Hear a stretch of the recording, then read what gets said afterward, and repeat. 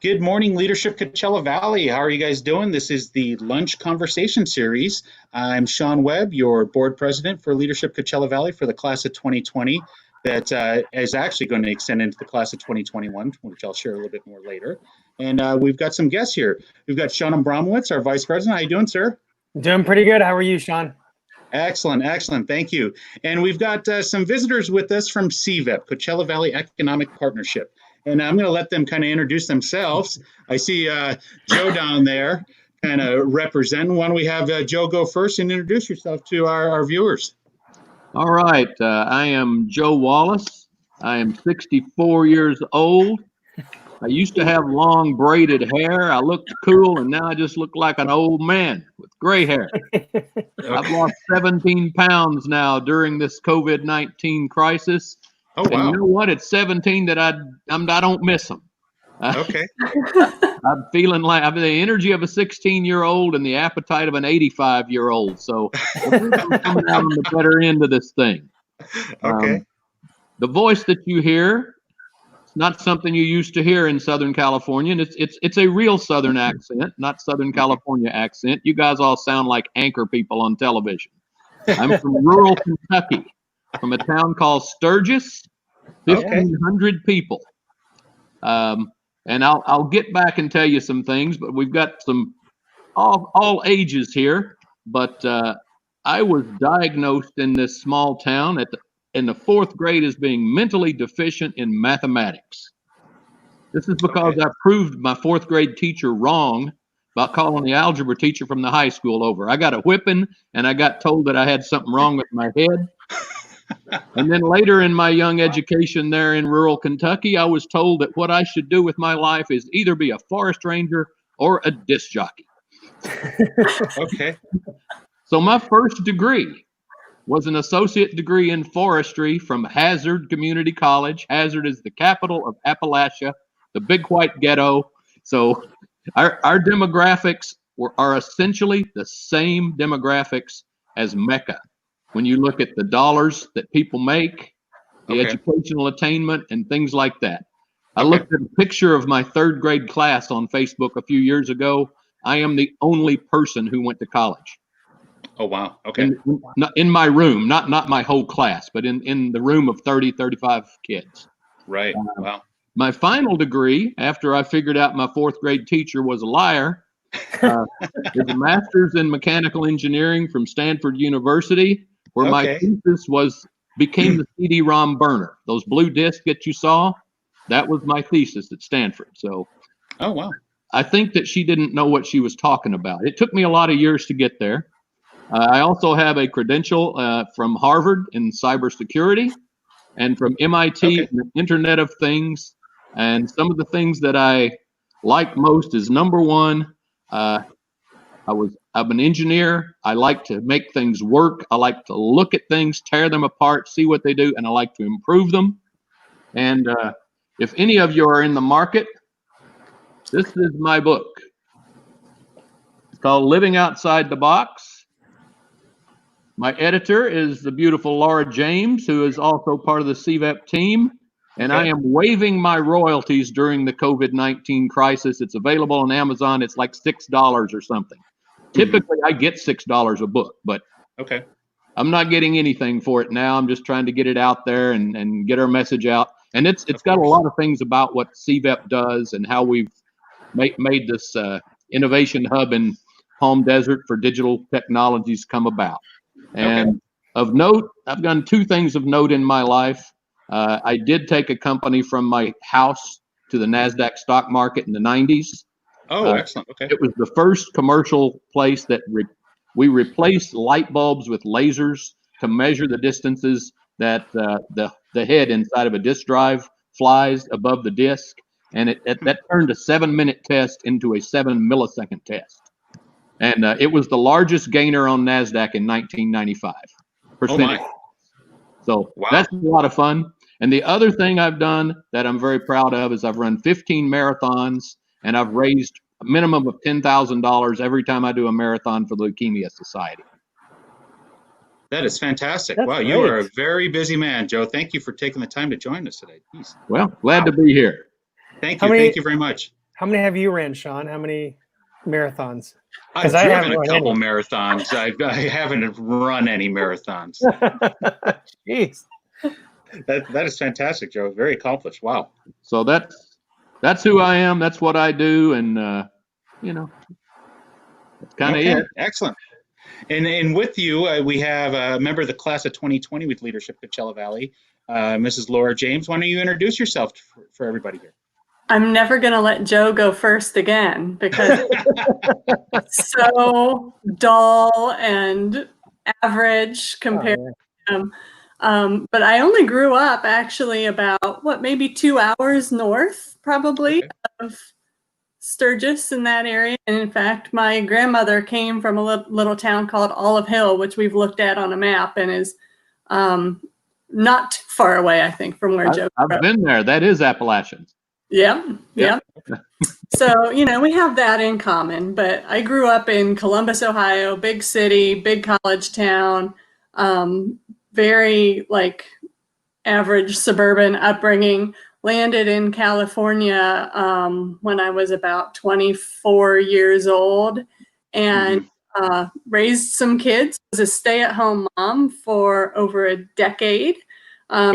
So we've kind of joked about how the class of 2020 for LCV is sort of a longer class. That's how my sophomore year of college was. It was 15 years long because I kids and raised them and then went back. So once I went back, I got my undergrad degree actually in education because I thought I was going to be a teacher. And then fate brought me to CVEP and economic development. I went on to get my MBA from Auburn University. And also got a certificate from UCR in nonprofit management and a certificate from Auburn as well in information systems management, where we focused on emerging technologies and information security. Oh my. So that's kind of the education background and work. Economic development is my life. Some people know that my husband works in the same field for the city of Cathedral City. And so we're sort of mired in it all day long. We're both working from home. And, even when we sit in the hot tub at night, we're talking about economic strategies for recovery. And, we look at each other like, boy, we need to get out more or something. But that's kind of me, and I'm a mom. I've got one in college, one in high school, and one in elementary school. So. Oh, wow. Yeah. Okay. Yeah. The whole range. And I'll share that I had the pleasure of meeting Laura last year before she's part of Leadership Coachella Valley, as I was an assistant principal at Palm Desert High, and Laura was on the foundation board there. And I believe you're a board member still with the Palm Desert High. No, I actually resigned for this coming year only because with COVID, our roles at CVEP have expanded so much. Yeah, so. Definitely. Everything is kind of expanded and changed and so forth. With that, I would love for maybe if one of you guys could share what exactly is CVEP. Joe, maybe if you want to share about that. You sure you want me to go first? Okay. I was told I'd defer to you first. CVEP Laura told me to do that. Yes. We are the only regional economic development agency in the Coachella Valley. Mm-hmm. California has economic development very differently than the rest of the country.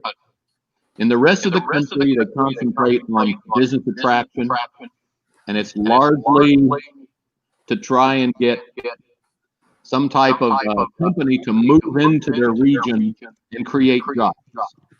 We can't do that in California because the rules of this state and the regulations of this state are so averse to business that we're about to lose Tesla. And Elon Musk built this company in California. He loves California, but he says the straw that broke the camel's back happened about a month ago. He's moving either to Texas or Tulsa, Oklahoma, and he's going to take all of that wealth and all of those jobs with him. So we don't really try to attract businesses because it's like banging your head against a brick wall. Mm-hmm. What we do is try to foster entrepreneurship in technology. And the reason we want to see it in technology is because these are high-paying jobs. If you look at the sectors that are in the Coachella Valley, I wish I could take a poll, but would anyone guess that the highest paying job sector in this valley is local government? Wow. The highest paying, the lowest paying, hospitality and tourism. 25,000 people work in hospitality. The average wage is under $30,000 a year. So we've got this inversion where taxpayers are making small wages and tax consumers are making the highest wages.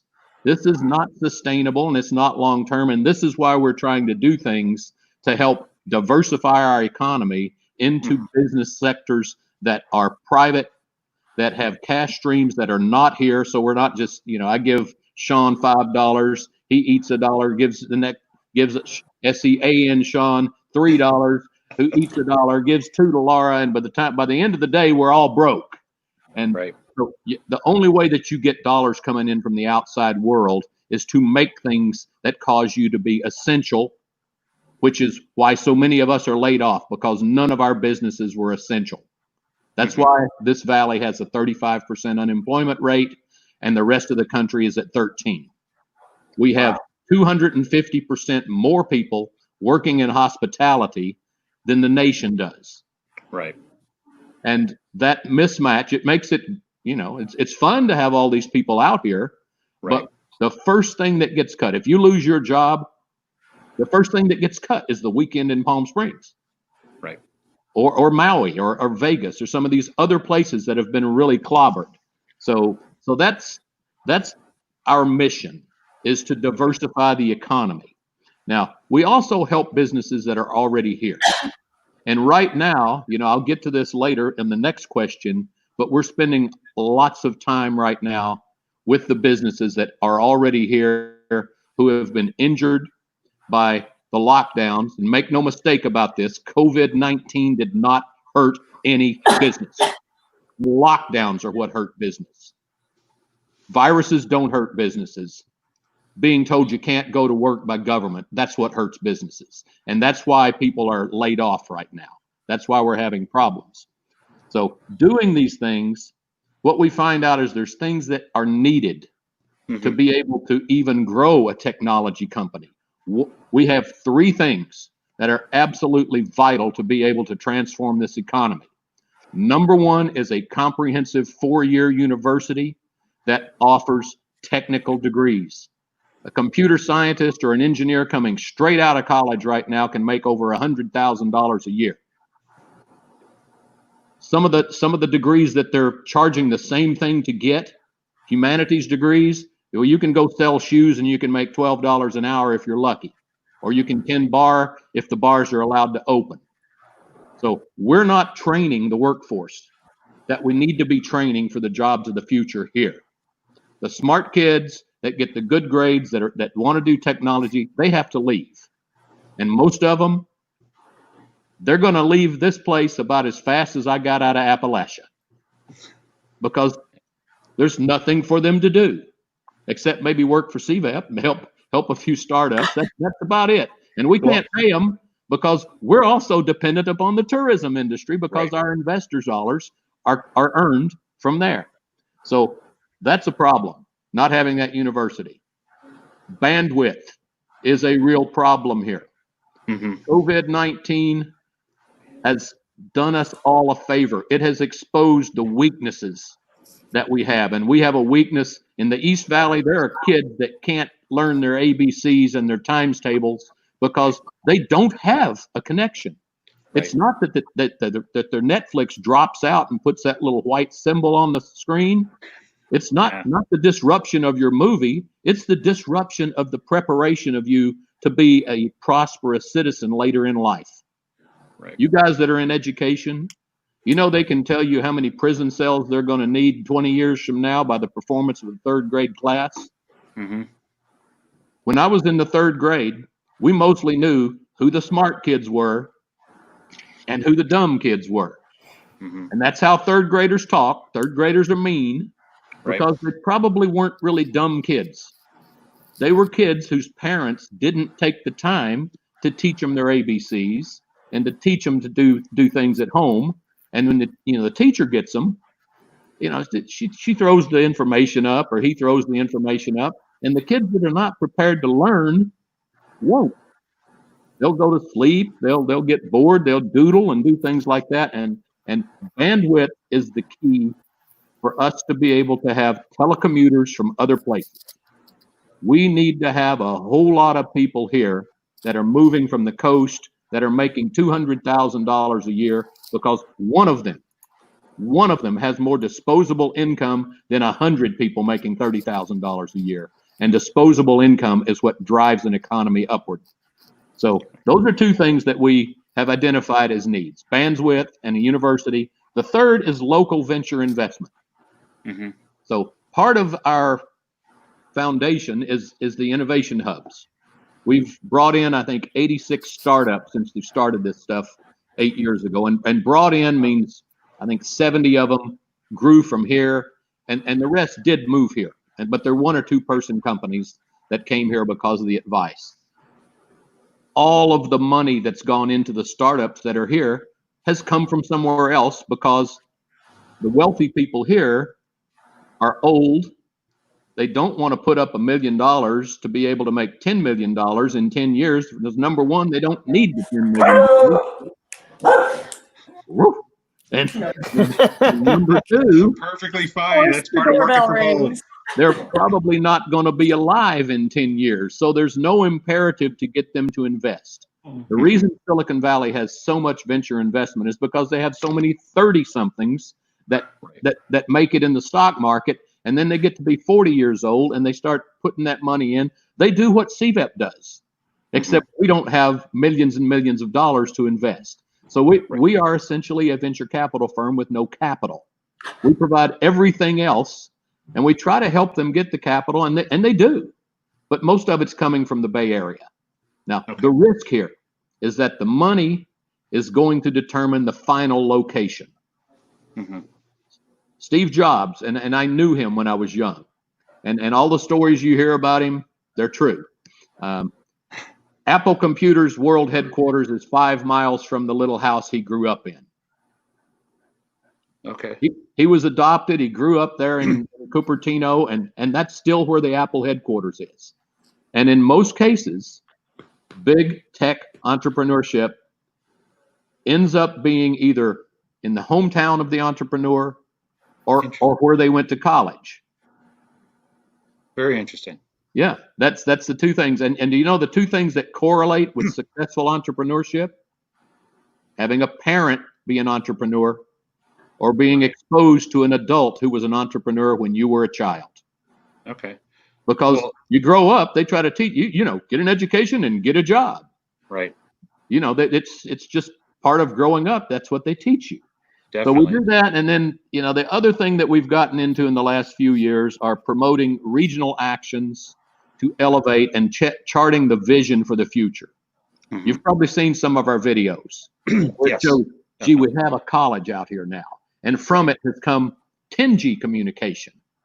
The Jackie Cochran Airport has become the Southwestern Center for Logistics, not for moving stuff in and out, but for studying the best ways to move things in and out, because we'll never compete with the IE, because the 15 and the 10 cross each other, and that's where the ports were going to go to unload their trucks, and then they're going to aggregate it. They can go to the southern United States and the northern United States from there. You can't do it from here.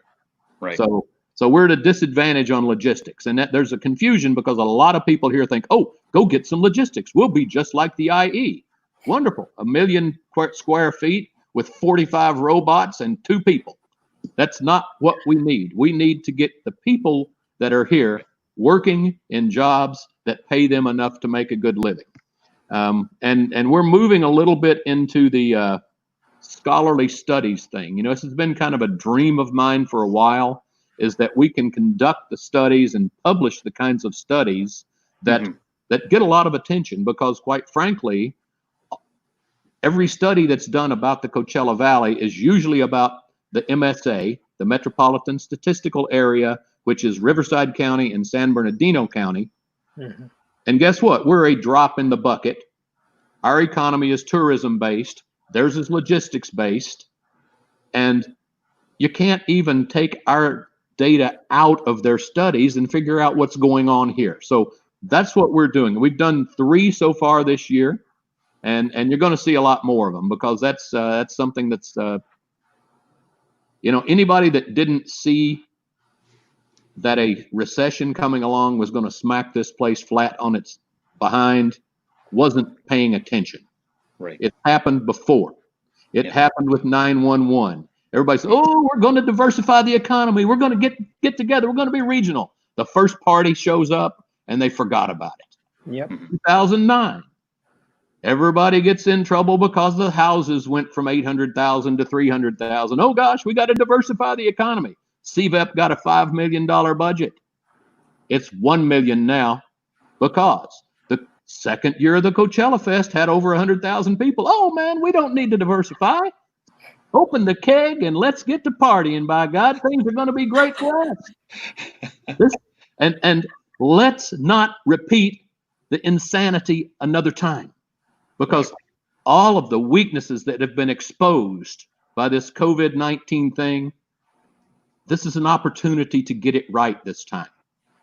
Mm-hmm. And I would encourage everybody that's in leadership classes to maintain a sense of awareness, know your valley, know your state, know your world, because we need to be relevant elsewhere. Yes. And right now, we, for the most part, are not. Right. Nobody missed us when we shut down. Mm-hmm. And I'm sure to need us. And I'm sure that our economy is very similar, like to the other resort areas throughout the country and so forth. But one thing I want to say, Joe, is CVEP has been a partner of Desert Sands, where we've had the Goldfish Bowl, where we're promoting innovation. I want to say thank you for doing that, in opening your arms and opening your network for our students and so forth. But I believe Sean is going to continue on here with some additional questions of our other guests and so forth. Absolutely. Joe, you brought up a lot of really great items, and seeing how we're now all working from home and bandwidth, I'm going to direct this question towards you, Laura. Joe talked about bandwidth, and we were talking earlier about working from home and how that's greatly changed. How has not just your job, but CVEP as the whole organization changed in terms of connecting to people outside? How are you able to do your day-to-day? Well, probably a lot like other organizations that can work remotely have been. And we took, I like to say, we took kind of a leadership position. We shut our doors a little earlier than a lot of people did, long before we were required to. So I think it was about 2 weeks before the shelter-at-home order came down that we started working from home. We canceled events that were scheduled to happen in early March. And we took a little bit of heat for that. We didn't initially drive everything online, just because we, like everyone else, we were a little uncertain about what was going to happen. But we quickly moved everything online. We've been doing all of our client meetings via Zoom or via GoToMeeting, and it hasn't slowed us down at all. In fact, we've probably spent more hours actually interfacing, I guess is the word I'm looking for, with people who need help than we ever have. Yeah, I think it's really important what you do. And I've been to your conference every year, and we talk about what's the economic development of our Coachella Valley. And every year it's always, we got to diversify, we got to diversify, we got to diversify. And part of that diversifying our economics out here is always going to be about technology, and bandwidth is so important, right? And it's funny how little people know about what is 5G, or, oh, I didn't realize that I have Wi-Fi in my house, and how do I get better? I mean, there's even the smaller things that as people start working from home, that they're realizing, wait, my office at home is really not like my office at work. So how do I adjust to that, and where do I find information? Joe, anything else that you want to add in regards to what you feel is different, how you feel is not necessarily challenging, but has been a benefit for you and CVEP and the CVEP organization to be able to reach out and do things differently? Oh, we have you on mute. I muted myself because that stopped the feedback. Okay. I was hearing two Lauras, and when I muted myself, I couldn't hear two Lauras. So I will say that CVEP has had some very strong, consistent partners who understand the vision, stick with it, make a plan for 5 to 10 years, continue to fund it. And that's vital for us to do it, because the things we're working on, it's not something you can do in a week or a month or a year, and maybe not even 5 to 10 years. So having consistency in partners and funding sources and sustainability on the mind are things that have helped us. What we don't have is enough partners. So the flip side of that coin that I just talked about is that there are some cities out here, and I'm going to be nice, I'm not going to call them out. Please. but people know. There are cities that are so colloquial that they're more like high schools than cities. 1 year they're in, 2 years they're out, another year they're in, and willy-nilly, rah, rah, rah. You know, this is not a way to run a region. Leave high school at high school, work together. Do you know that none of the cities out here have gotten the kind of dollars that they could have from the CARES Act if we would have just been one great big city? Every city in America with 500,000 or more got multi-$100 million checks from the CARES Act. Ones out here didn't get squat. And if we would have been one big city with 9 neighborhoods instead of 9 little cities that don't often work together, that seldom think the same way, and don't particularly value regional collective action. It has smothered this valley for 30 years, and if we don't get beyond it, it'll smother it for 30 more. This kind of thing is why our best and brightest head for the coast. So that's a piece of what we need to do. It's a great advice, and there's so much that we can learn from just talking to the both of you in regards to where are we going, how are we doing things now, and what should we be doing. And of course, the common term is hindsight's 20/20, right? So hopefully next year, like it's hindsight to too many people. It's not hindsight to the 6 people that work at CVEP. Yeah. We have been trying to pound this home for the 8.5 years I've been here. And so all these young leaders that want to be something, think regionally. Think outside of your own little box. Make the world a better place. Don't just make your living room a better place. Some other lesson. Be aware of what's going on. If you don't know what's going on, everybody says, oh, you got to connect the dots.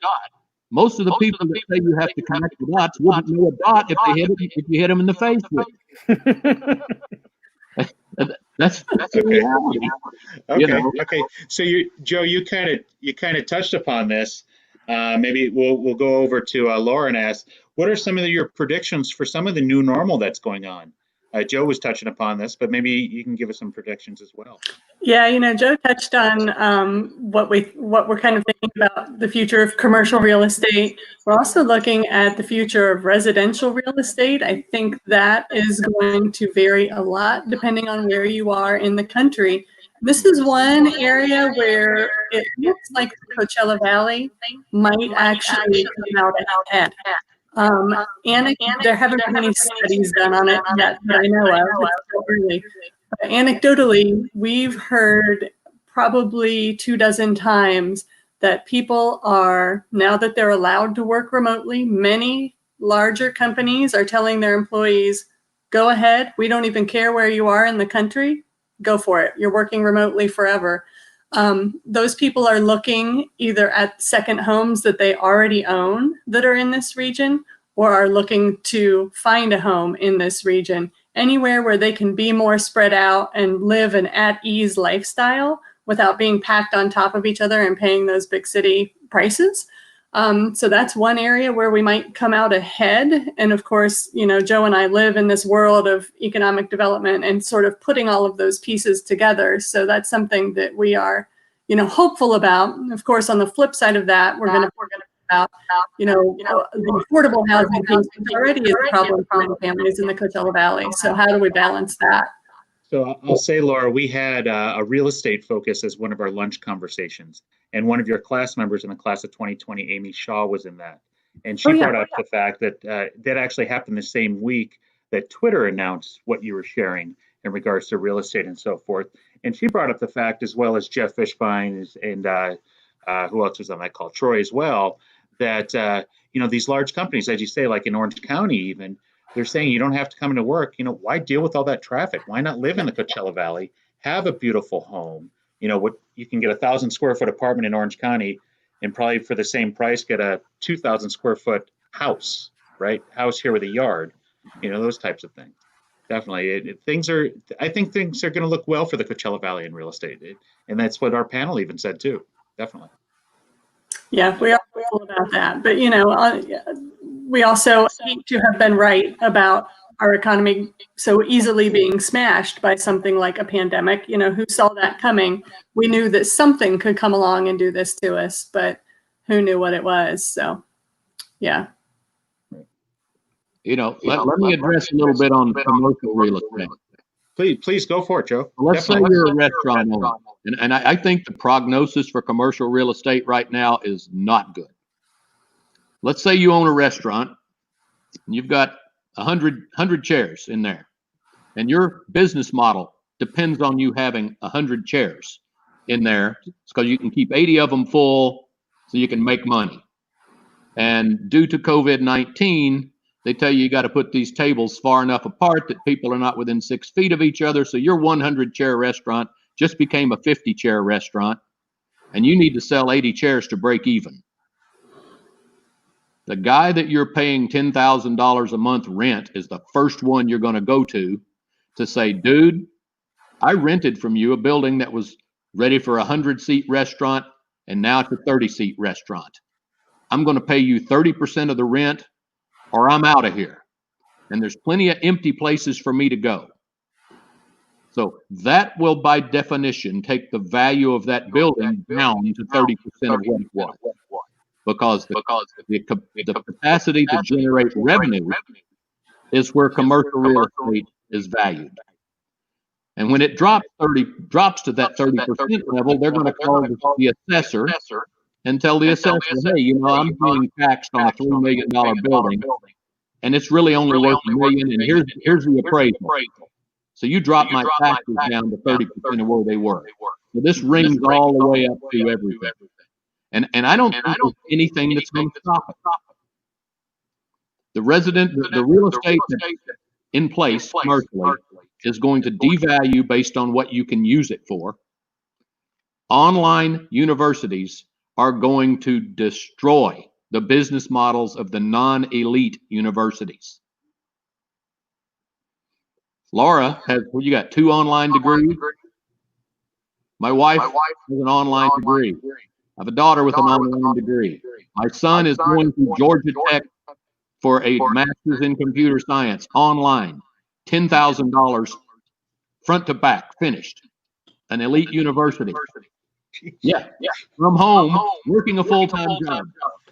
This is going to take these second-tier schools and make them irrelevant. Wow, that kills shopping. Shopping malls. You want affordable housing? Go to a shopping mall because that's what it's going to be. Wow. So we actually, I posted a question here, actually a comment. If people had questions, they can ask us. And Doug Kinley, Joe, he might have went through LCV with you. Yeah, he's my buddy. He's in our Coachella Valley Economic Recovery team. Yeah, so he has a question here. I'm going to try and put it on the screen. It's a little long, but I'll read it as well.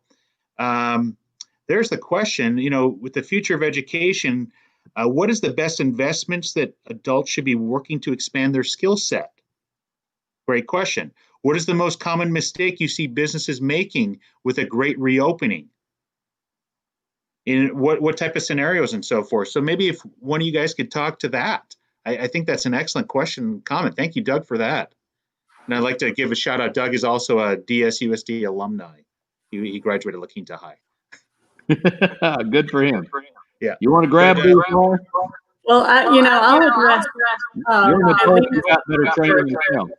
the big mistakes that I've seen, and it's not even so much a specific reopening problem, but one of the things that we've seen end up really causing some financial damage to businesses is people who have not been able to take advantage of some of these really generous federal programs and even like the county grant programs because they didn't have their paperwork in order. We've had people who, oh, well, I never got a business license, so now I'm not eligible for this program. And something as simple as an $80 business license is now costing you $10,000 in free money. So unfortunately, this is a bit of hindsight, but it's something that we drill into people all the time is just be organized, shell out the money, have a bookkeeper. You don't have to necessarily pay a CPA, but just have your basic ducks in a row, because most business owners aren't really good at that. They're good at what they're good at. They're not necessarily good at the business piece of it. So that's something we've seen a lot of. Okay, so definitely have your ducks in a row at all times with your business. Have your business license current, have your insurances, your certificates, all those types of things have them current. Yep. So if, God forbid, something like this happens again, you could just have that packet and deliver it over. Is that what I'm hearing? That's what you're hearing. Yep. Okay. Yeah, Joe, I'll add in the question too whenever she's done. So go for it, Joe. Go ahead, Joe. Question 2. If your business is on life support in February, when wages were going up, when the economy was probably in its best position that it's ever been in any of our lifetimes, if you weren't making money in February, just go get a job. Let that business go away, because if you couldn't make it in February, you sure as heck aren't going to make it in September. So you use this to transform your life in a better way. Go get a job, learn how to do something that makes money, concentrate on profits. People go, when I was a young guy, you get a job, how much do I get per hour? That's all I was worried about. What do I get? Make yourself valuable. If you want to make $15 an hour, you better do something that somebody can sell for $45. If you want to make $500 an hour, and you can, you got to do something that your employer can make $1,500 an hour off of you. So be aware of your value in the marketplace. And if your business wasn't there in February, it's not going to miraculously come back, because the world isn't going to come back to where it was. There's going to be some offset, especially in the Coachella Valley, because when will the next 125,000 person Coachella Fest take place? 2025, 2027. We'll have Coachella Fest, but they're going to be smaller because of concerns for, even if you have a vaccine, everybody won't take it. For a while they were saying you can't open the economy until nobody's died of this for 2 weeks. That's not going to happen until 2100. People still die from SARS. People die from diseases that we think are eradicated. So, figure out your place in the world and improve it. Improve it every day. So I'll tell you, you guys brought up some great points, and once again, thank you for joining us this morning. Now, with this lunch conversation, one thing I'll share with you, Laura, and we're going to make sure that a notification goes out after our next board meeting, which is Tuesday, with the class of 2020. We always brag about, the best class ever. Well, you guys will definitely be the longest class ever, because the class of 2020, we put everything on postponement, right? We stopped at February, and we still have education, transportation, and energy, economic drivers, which I hope CVEP will be a part of that day, as well as the environment in Coachella Valley, which we will pick up in either if it's in the late fall or winter of 2020, or maybe even the beginning of 2021. But know that we will continue off, and you guys will have your day to have graduation. And then also Sean is also overseeing our 20th anniversary too, right, Sean? Which is now going to be a little bit longer.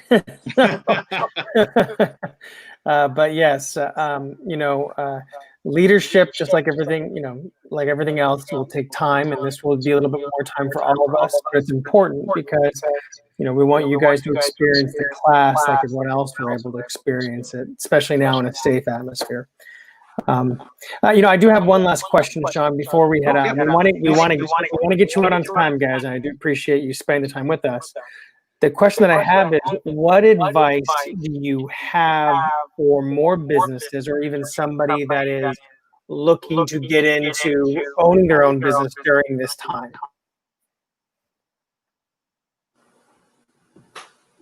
It's a bit loaded question. Anyone can answer. Learn to think. Learn to think. Learn to analyze. Analysis takes work, and most people don't treat it that way. They think because one guy has a store selling t-shirts and he's driving a Benz, that all they got to do is rent a building, fill it up full of t-shirts, and they'll get a Benz too. Well, you got to understand more about a business model. That guy may owe $60,000 on that Benz, and he might not be making much money. He may be going straight down the tank. But learn the difference between revenue, expenses, and the difference between those two, which is profits. Without profits, businesses do not stay alive. Mm-hmm. Absolutely. Lori, do you have anything else? No, not at all. There's an element in this country right now that thinks profits are a bad word, and they're wrong. Great. Agree with that. Yeah, we see a lot of people come in with really interesting and innovative and novel ideas. That doesn't always mean that somebody is willing to pay money to bring those ideas into their life. You know, what causes you or me to buy something? It's because we're trying to get something done or make something easier or own something beautiful.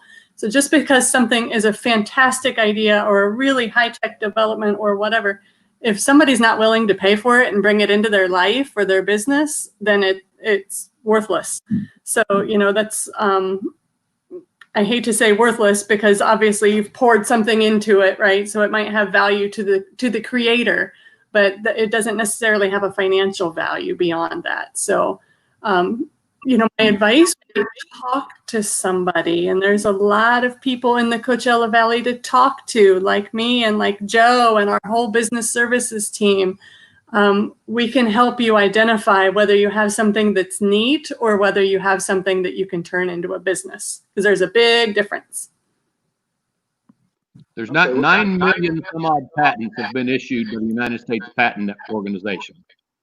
18,000 are used in commercial product. So having a patent is kind of like having a certificate that says it prepares me about as much as a certificate to pull weed. Okay. Well, we are coming up on our time here, and I do want to give you guys an opportunity to say, thank you and close out and so forth. Laura, is there anything you'd like to say maybe to some of your class of 2020 classmates that you haven't seen in a while, or a message you'd like to say to just people who may be watching? Yeah, I miss them. I was thinking before we got on this video today, one of the things that we were going to address was, what advice do you have for people who work in your field? And there just aren't that many people who work in our field. So that was kind of a hard question to think about. What did occur to me, though, is, and you've probably seen memes online that address this, is, now all of a sudden that there's a pandemic, everybody's an epidemiologist, right? So everyone kind of turns into an economic developer at the same time, right? Because we've got this economic crisis that's going along with it.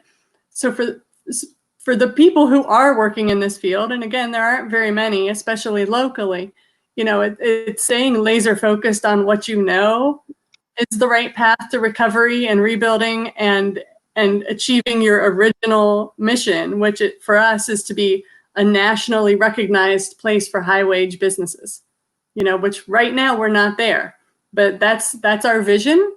Once we've done our job, which like Joe said, that might be 10 years from now before we get to that point, but that's what we want to see. But we can't do that if we don't stay really, truly laser focused on what we know can work here. Okay, thank you for that. And Joe, is there anything you'd like to expand upon or a message to the people that are watching today, as we're closing out?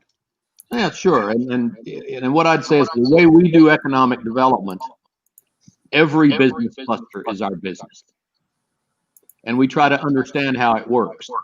And to get to a place where we have such a highly developed tourism industry that we're absolutely dependent upon, it took 75 years to build that sector, which ultimately, it slaps us in the face every 10 years. So that 75 years is probably an indicator of how long it would take to have other things that are equal to what we've done with tourism. So to go from a 500,000 population that's utterly dependent upon tourism to go to a 1 million person population that has a well-developed tourism industry supplemented by things that are relevant to other places, it's not a 10-year job. It's probably a half century to a century to really make this happen. Silicon Valley took 50 years to really get going. The first semiconductors were done by Fairchild in the late 50s. I was a baby. So, now it's fully developed. I'd love to have a longer conversation because I'm sure we could compare ourselves to other, as I was saying, like the Myrtle Beaches, the West Palm Beaches, the other resort towns and so forth throughout the United States. I'd love to know which of those types of industries and so forth, which types of those areas, how they've diversified. Have they diversified, and what have they diversified in? And I know that this could be a complete day conversation, I feel. Oh yeah. Mm-hmm. Yeah, definitely. But no, thank you for taking the time, guys. Yes, thank Sean, you. Is there anything you'd like to do to close us out here?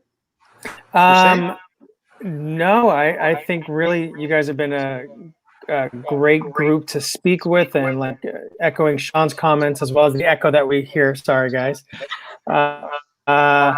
Is that it's important to be involved, and I really appreciate you talking with us. And I think we need to have a longer conversation, and I think we'll try to set something up for this.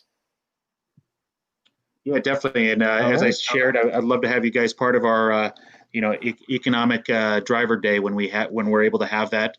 And Laura, please know that is a topic in your class, and you'll be on the spot that day. Yeah, that's fine. Give me that forewarning now.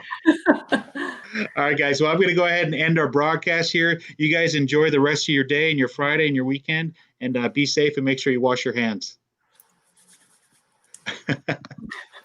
Thank you, guys. See ya. Thank you.